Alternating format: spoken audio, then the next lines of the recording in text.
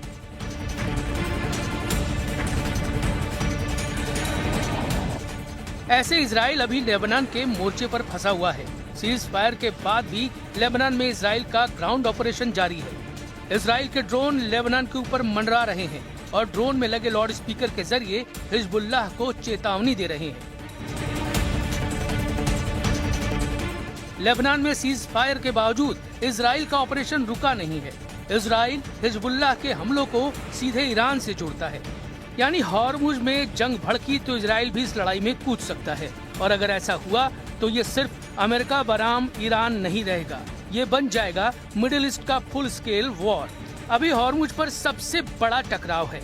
Lebanon में Israel और Hezbollah की जंग चल रही है। दक्षिण सागर में भी चीन और अमेरिका के बीच नया तनाव पैदा हो गया है। I don't know. Maybe not. Maybe I won't extend it. Okay. But the blockade is going to remain.